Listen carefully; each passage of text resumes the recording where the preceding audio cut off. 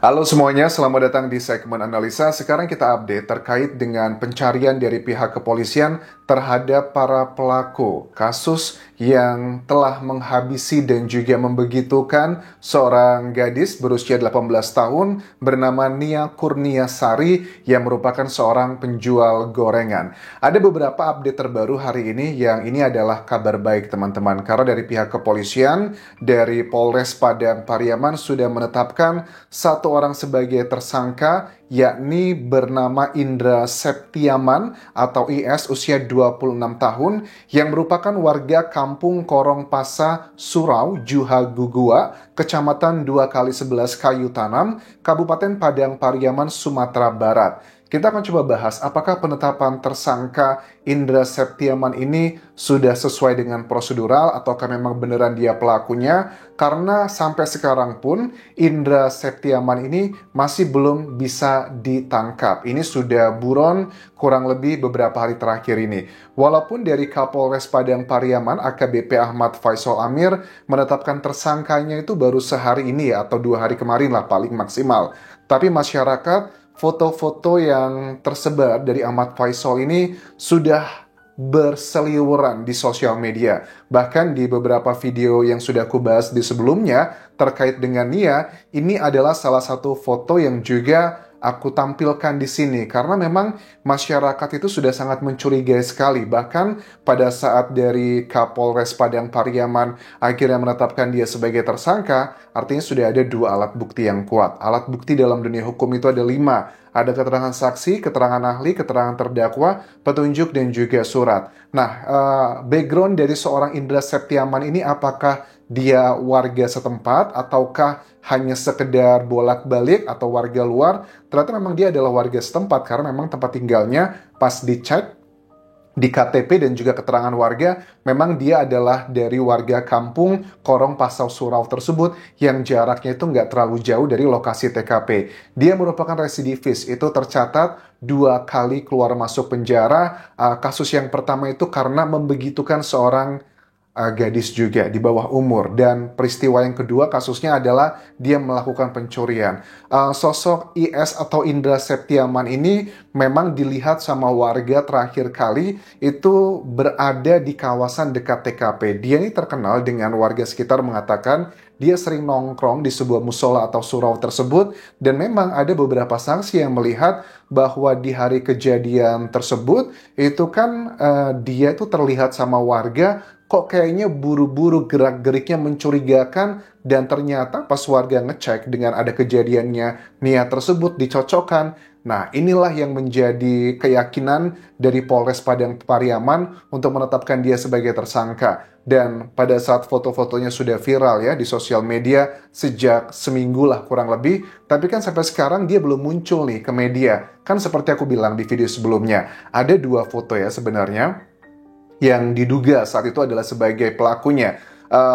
Aku bilang bahwa kalau memang mereka itu bukanlah pelakunya, mereka difitnah, ya sudah muncul aja di sosial media, gunakan handphone pribadi dan disebarkan, pasti akan memberikan klarifikasi. Tetapi justru dengan mereka kabur, dengan tidak bisa ditemui, ini yang semakin menguatkan bahwa memang mereka adalah bagian dari pelakunya. Dalam keterangan terbaru dari Kapolres Padang Pariaman mengatakan bahwa timnya saat ini sedang melakukan penelusuran ke area masuk ke dalam hutan-hutan teman-teman.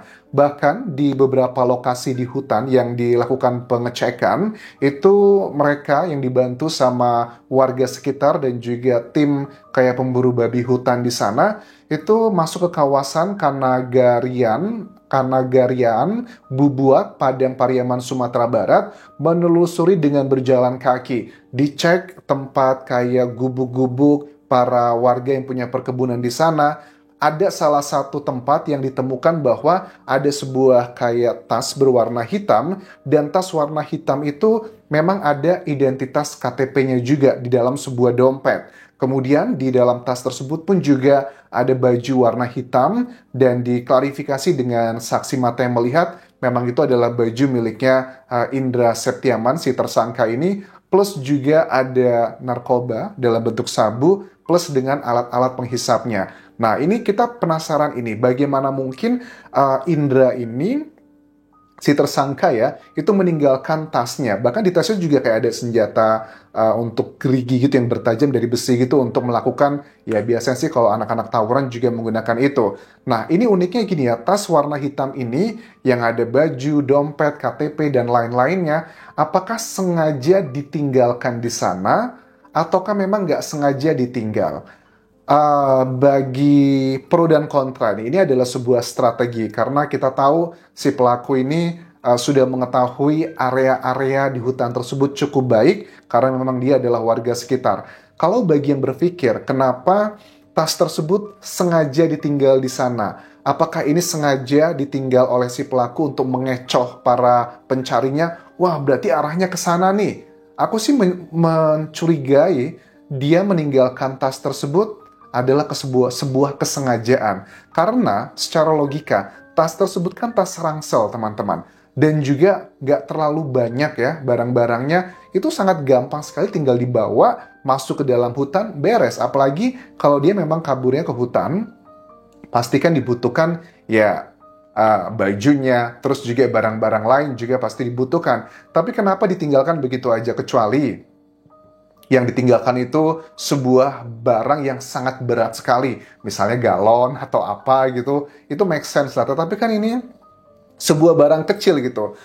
Itu bagi kita yang ngerasa curiga kenapa barangnya ditinggalkan, atau bagi ngerasa yang ini karena keteledoran dari si pelaku aja, Anjas. Apakah karena di bawah pengaruh obat-obatan, dia mungkin nggak konsentrasi, kelupaan barang-barang karena dibawa di sana, ya mungkin aja, tapi sangat kecil sih. Dugaan sangat kuat ini adalah bagian rencana dia agar bisa kabur gitu, mengecoh para pencarinya. Keterangan dari keluarga Nia, korban, mengatakan bahwa pada saat foto-foto ini kan beredar sejak seminggu yang lalu ya, si pelaku Indra Septiaman, dugaannya tersangka ini, itu keluarga bilang, kami mengenali memang wajah ini yang sering muncul di sosial media beberapa waktu terakhir.